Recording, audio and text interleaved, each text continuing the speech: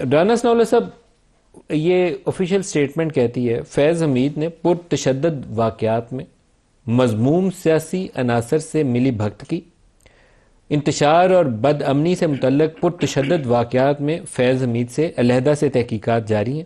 اس کے علاوہ charge sheet میں فیض حمید پر 9 مئی سے جڑے ہوئے پرتشدد واقعات بھی شامل ہیں۔ 9 مئی میں جنرل فیض حمید کا کیا رول ہے؟ دیکھیں، آپ کے علم میں ہے جس طرح سے پہلے بات بھی ہوئی ہے کہ یہ جو ایکسٹینشن اور تعیناتی جو ہے یہ بہت زیادہ جو ہے وہ متنازعہ جو ہے وہ ہو گئی یا بنا دی گئی، تو وہ کس نے بنائی؟ عمران خان صاحب نے۔ عمران خان صاحب نے جو ہے وہ پہلے ان کا بیان اور تھا، پھر اس کے بعد انہوں نے یہ موقف اختیار کیا کہ باجوہ صاحب کو صرف 6 ماہ کی ایکسٹینشن دے دی جائے۔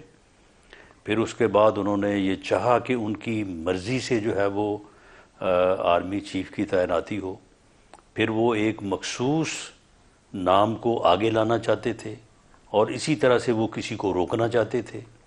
اس کے لیے انہوں نے ایک پرتشدد سیاسی انتشاری تحریک کا انہوں نے جو ہے وہ فیصلہ کیا۔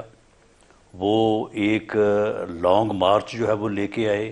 اس کے راستے میں بھی ایک پرتشدد واقعہ جب ان کے اوپر جو ہے وہ فائرنگ ہوئی، 9 مارچ کی تاریخیں آرمی چیف کی تعیناتی کی تاریخ کے ساتھ جڑی ہوئی تھیں،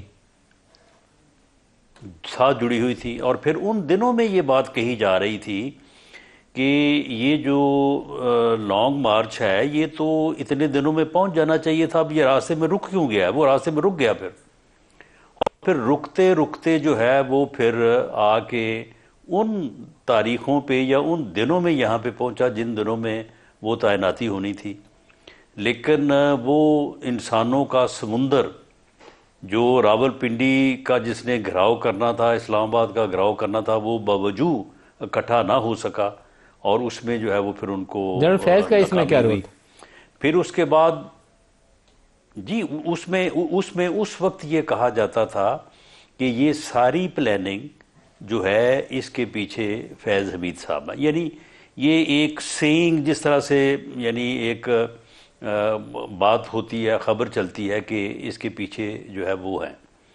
اس کے بعد پھر کتنے پرتشدد واقعات، عدالتوں کے گھراؤ، اور اس کے بعد جو لاہور میں جو ہے وہ ہوتا رہا زمام پارک میں، تو وہ سارے جو پرتشدد واقعات تھے اور پھر اس کا جو ہے وہ انتہا جو ہے وہ 9 مئی کو تھی۔ تو اس میں جو ہے وہ یہ کہا جاتا رہا کہ ان کی جو ہے وہ رہنمائی جو ہے وہ ان کو حاصل تھی۔ تو اگر 9 مئی کے واقعات میں ان کا کوئی عمل دخل ثابت ہوتا ہے، یہ فیض حمید صاحب کی، تو اگر وہاں پہ کوئی عمل دخل ان کا ثابت ہوتا ہے، کیا جی آپ بات پوری کر لیجئے۔ جی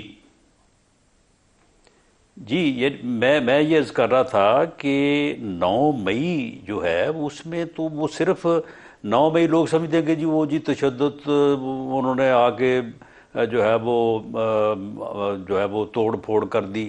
انہوں نے ایک ایسے گھر کو جہاں پہ جو ہے وہ انتہائی حساس جو ہے وہ گھر ہی نہیں تھا، وہاں پہ آپریٹس بھی تھا، اس کو جو ہے وہ وہاں پہ لوٹ مار کی، وہاں سے چیزیں اٹھا کے لے گئے، آگ لگا دی۔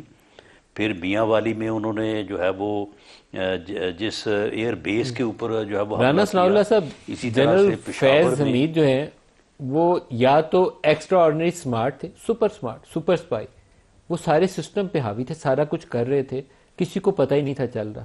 تو یہ کچھ بات تھوڑی زیادہ ہو جاتی ہے، بہت بھی سمارٹ ہوں گے، انٹیلیجنٹ ہوں گے، لیکن پورا ایک سسٹم ہے نا ہمارے انٹیلیجنس کا، وہ کام کر رہا ہوتا ہے، ایم آئی کا کرتا ہے، آئی ایس آئی کا، آئی بی کا، اتنا بڑا سیٹ اپ ہے، ڈھیروں ڈھیر، اور پوری دنیا کی ہر چیز پہ آنکھ رکھ کے بیٹھے ہوتے ہیں۔ تو جنرل فیض اکیلے فرد واحد اتنے سپر مین تھے، سپر ہیومن بینگ تھے کہ وہ سب کچھ کر گزرے، کسی کو نہیں پتا چلا۔ نہیں دیکھیں، اس میں ملک صاحب یہ جب ایویڈنس سامنے آئے گی تو میرا یعنی اندازہ ہے کہ آرمی میں واقعی وہاں پہ جو ان کے سسٹمز ہیں نا وہ کام کرتے ہیں. وہاں پہ جو کہا جاتا ہے، عام لوگ بھی یہ بات کرتے ہیں، آرمی کے لوگ بھی بات کرتے ہیں کہ جی وہاں پہ جو آدمی جو ہے وہ یعنی سامنے آ جائے نا جس کی بات، تو اسے پھر معافی نہیں ملتی. اور ہر آدمی جو ہے وہاں پہ واچ ہو رہا ہوتا ہے. فیض حمید صاحب جو کرتے رہے، بھلے وہ یہ سمجھتے ہوں گے کہ کسی کو پتہ ہی نہیں ہے، وہ سمارٹ پلے کر رہے ہوں گے، لیکن یہ ساری چیزیں جو ہیں وہ جس ادارے کے سربراہ کے طور پہ وہ کر رہے تھے سارا کچھ، تو ان کی بھی ایویڈنس جو ہے وہ پوری کلیکٹ ہو رہی تھی. اس ایویڈنس کو کوئی بروئے کار لائے نہ لائے وہ ایک علیحدہ چیز ہے، لیکن سسٹم میں وہ بھی چیک ہو رہے تھے. اور یہ آپ دیکھیے گا کہ وہ ساری ایویڈنس جو ہے وہ وہی ہوگی.